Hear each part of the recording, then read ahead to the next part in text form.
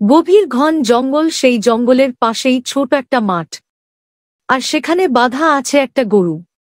এমন সময় হঠাৎ করে জঙ্গল থেকে এক মস্ত বড় হিংস্র বাঘ বেরিয়ে এলো। সেখান থেকে বের হয়ে বাঘ গরুকে দেখল, আর সে গরুকে বলল, এই গরু তোকে তো আমি খাবো। সে কি বাঘ মামা, শেষমেশ আমায় খাবে? আজ বুঝি কোনো শিকার ধরতে পারোনি? তোর ওসব জেনে কাজ কি? আমার ক্ষুধা লেগেছে তাই তোকে খাবো। সে না হয় খাবে, কিন্তু এখন তুমি যদি আমাকে খাও তোমার বড় লোকসান হবে গো।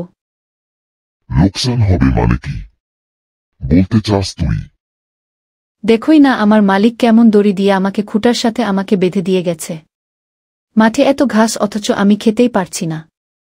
নাগালের ভেতর যতটুকু ঘাস পেয়েছি তা কখন খেয়ে শেষ করেছি। ভালো করে না খেলে শরীরে এখন যেটুকু মাংস আছে তাতে তো তোমার পেটই ভরবে না। ও তাই বুঝি? তোর মালিক তো দেখছি পুরাই বোকা। তুমি ঠিক বলেছ বাঘ মামা। আমি রোজ এত দুধ দেই, তা খেয়েও মানুষগুলোর গান হয় না। তোর এসব জেনর আমার ভালো লাগছে না। তোকে আমি এখনই খাবো। সে তো খাবেই, কিন্তু খাওয়ার আগে তুমি একটা কাজ করবে, তাহলে আমারও পেট ভরবে, তোমারও পেট ভরবে। কি কাজ বল শুনি? আমার দড়িটা তুমি খুলে দিয়ে যাও।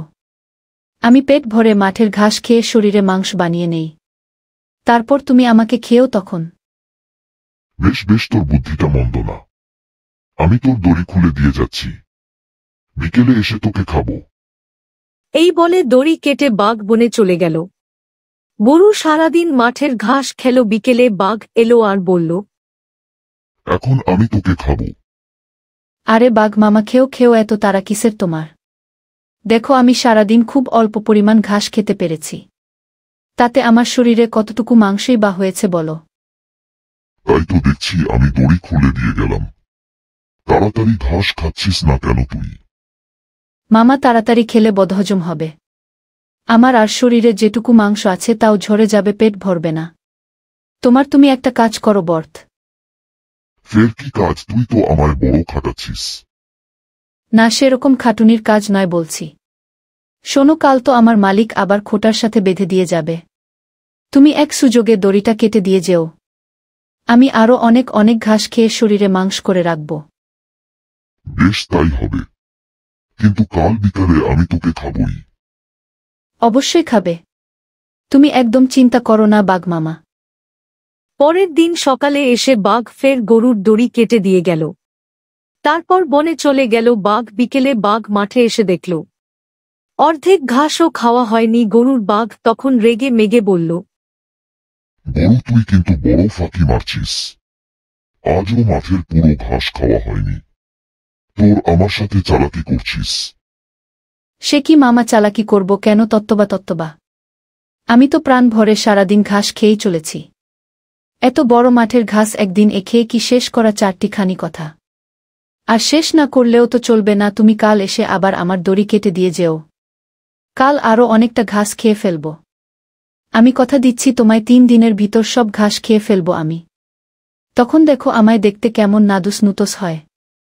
তুমি এখন আমায় 4-5 দিন খেতে পারবে। এই কয়েকটা দিন ছোটখাটো শিকার ধরে তোমার পেট চালিয়ে নাও, তারপর তো আমি আছি তোমায় পেট ভরতে। গরু মাঠের প্রায় সব ঘাস খেয়ে ফেলল, শুধু মাঠের কোণে এক বড় গাছ, তার তলায় কিছু ঘাস রইল।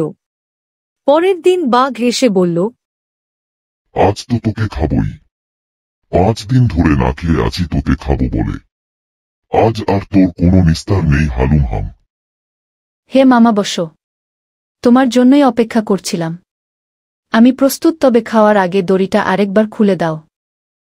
হাম, তুই তো আমায় দেখি জ্বালায় মারবি। আরে রাগ করছো কেন মামা? 5 দিন অপেক্ষা করতে পেরেছ, আর কিছুক্ষণ অপেক্ষা করতে পারবে না?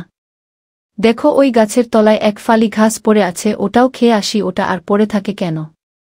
তারপর তুমি আমায় পেট ভরে খেও।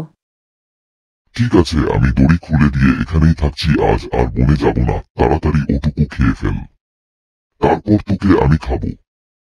বাঘ দড়ি কেটে দিতেই গরু গিয়ে ঘাস খেতে লাগল।